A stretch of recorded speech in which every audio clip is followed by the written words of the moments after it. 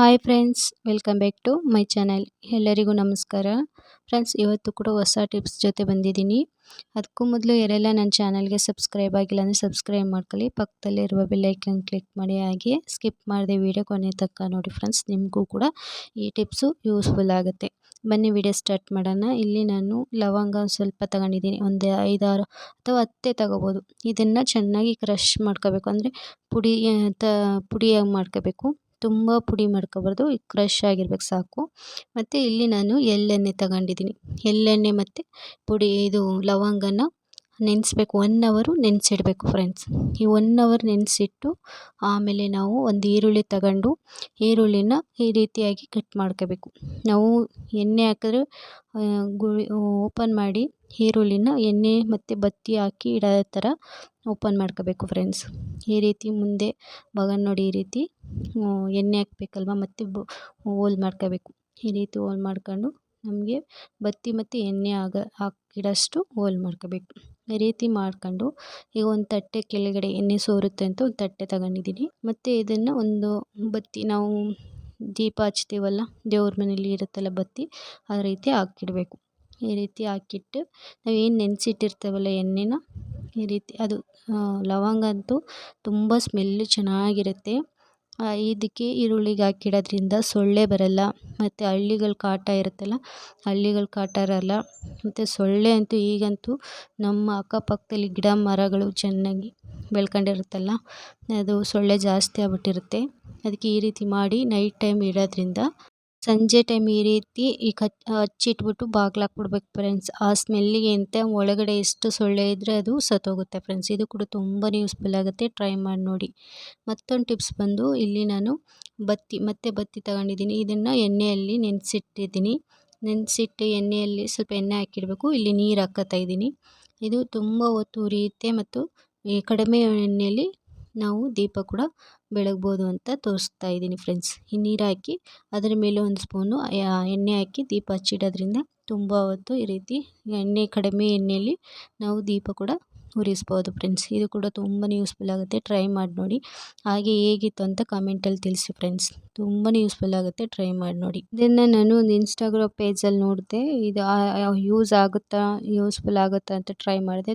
ನಿಜವಾಗ್ಲೂ ಯೂಸ್ಫುಲ್ ಆಗುತ್ತೆ, ಟ್ರೈ ಮಾಡಿ ನೋಡಿ. ಹಾಗೆಯೇ ಮತ್ತೊಂದು ಟಿಪ್ಸ್ ಬಂದು, ಕುಕ್ಕರ್ದು ಎಲ್ಲ ಹ್ಯಾಂಡಲ್ ಅಂತೂ ಯಾವಾಗಲೂ ಈ ರೀತಿ ಕಳೆದು ಏನೇ ಮಾಡಿದ್ರೂ ಕಳೆಯುತ್ತಲ್ವ, ಲೂಸ್ ಆಗೋಗುತ್ತಲ್ಲ. ಅದಕ್ಕೆ ಅಂತಲೇ ನಾನು ಈ ಥರ ಟಿಪ್ ಫಾಲೋ ಮಾಡೋದ್ರಿಂದ ಇದು ಕೂಡ ತುಂಬಾ ಯೂಸ್ಫುಲ್ ಆಗುತ್ತೆ. ಈ ಥರ ಒಂದು ಕವರ್ ತಗೊಂಡು ಇದು ಕವರ್ನ ಸಣ್ಣದಾಗಿ ಕಟ್ ಮಾಡ್ಕೋಬೇಕು. ನಾನಿಲ್ಲಿ ಕೈಯಲ್ಲೇ ಅರಿತಾ ಇದ್ದೀನಿ. ಈ ರೀತಿ ಹಾಕೋಬೇಕು. ಈ ರೀತಿ ಹೋಲ್ಗೆ ಹಾಕ್ಬಿಟ್ಟು ನಾವು ಏನು ಹಿಡಿಕೆ ಇರುತ್ತಲ್ಲ ಅದರದ್ದು ಹಿಡಿಕೆನ ಈ ರೀತಿ ಸ್ಕ್ರೂ ಡ್ರೈವರ್ ಸಹಾಯದಿಂದ ಈ ರೀತಿ ಟೈಟ್ ಮಾಡಿದ್ರೆ ಟೈಟಾಗಿ ಕೂತ್ಕೊಳ್ಳುತ್ತೆ ಫ್ರೆಂಡ್ಸ್. ಈ ರೀತಿ ಟೈಟ್ ಮಾಡಬೇಕು, ಚೆನ್ನಾಗಿ ಟೈಟ್ ಮಾಡಬೇಕು, ಆಗ ಕೂತ್ಕೊಳ್ಳುತ್ತೆ. ಈಗ ನಾವು ಕವರ್ ಆ ಕಡೆ ಈ ಕಡೆ ಎಲ್ಲ ಕಾಣಿಸ್ತಿರುತ್ತಲ್ಲ, ಅದನ್ನು ನಾವು ಈಗ ಒಂದು ಬೆಂಕಿ ಪೊಟ್ಟಣ ತಗೊಂಡು ಅದರಲ್ಲಿ ಕಡ್ಡಿ ಸಹಾಯದಿಂದ ಅದನ್ನೆಲ್ಲ ಈ ರೀತಿ ನೋಡಿ, ಈ ರೀತಿ ಕರಗೋಗುತ್ತಲ್ವ, ಆ ರೀತಿ ಮಾಡ್ಕೋಬೇಕು. ಕೈ ಹುಷಾರು, ಪ್ಲಾಸ್ಟಿಕ್ ಅಲ್ವ, ಕೈ ಹಿಡ್ಕೊಬಿಡುತ್ತೆ. ಮತ್ತೊಂದು ಸರಿ ಅದೇ ಥರ ಸ್ಕ್ರೂ ಡ್ರೈವರ್ ಸಹಾಯದಿಂದ ಟೈಟ್ ಮಾಡಿದೆ. ಎಷ್ಟೇ ಲೂಸ್ ಇದ್ದರೂ ನಾನು ಬಿಚ್ಚೋಕ್ಕಂತ ಟ್ರೈ ಮಾಡಿದೆ, ಆದ್ರೂ ಅದು ಬಿಚ್ಚೋಕ್ಕೆ ಆಯ್ತಿರಲಿಲ್ಲ. ಇದು ಕೂಡ ತುಂಬಾ ಯೂಸ್ಫುಲ್ ಆಗುತ್ತೆ, ಟ್ರೈ ಮಾಡಿ ನೋಡಿ ಫ್ರೆಂಡ್ಸ್. ಹಾಗೆಯೇ ಬೆಳ್ಳುಳ್ಳಿ ಅಂತೂ ನಾನ್ ವೆಜ್ಗೆ ಮತ್ತು ಬೇರೆ ಬೆಳ್ಳುಳ್ಳಿ ಮತ್ತು ಶುಂಠಿ ಬೆಳ್ಳುಳ್ಳಿ ಪೇಸ್ಟ್ ಮಾಡಿಸ್ಬೇಕು ಅಂದರೂ ಕೂಡ ಜಾಸ್ತಿ ನಾವು ಹೋಮ್ ಮೇಡ್ ಶುಂಠಿ ಬೆಳ್ಳುಳ್ಳಿ ಪೇಸ್ಟ್ ಮಾಡ್ಕೊಳ್ಳೋದು, ಅದರಿಂದ ಬಿಡ್ಸೋಕ್ಕೆ ಆಗಲ್ಲವಲ್ಲ. ಅದಕ್ಕೆ ಈ ರೀತಿ ಟ್ರೈ ಮಾಡಿ ನೋಡಿ, ತುಂಬಾ ನೀವು ರಿಸಲ್ಟ್ ಸಿಗುತ್ತೆ ಫ್ರೆಂಡ್ಸ್.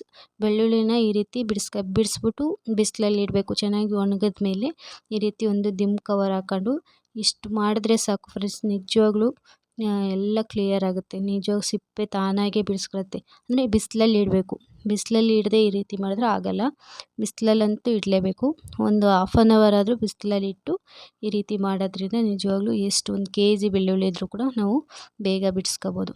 ಈ ರೀತಿ ಬಿಡಿಸು ಕೂಡ ನಾವು ಸ್ಟೋರ್ ಮಾಡಿ ಇಟ್ಕೋಬೋದು. ನೋಡಿ ಎಷ್ಟು ನೀಟಾಗಿ ಆಗಿದೆಯಲ್ಲ, ಎಷ್ಟು ಚೆನ್ನಾಗಿ ಮಾಡ್ಕೋಬೋದು.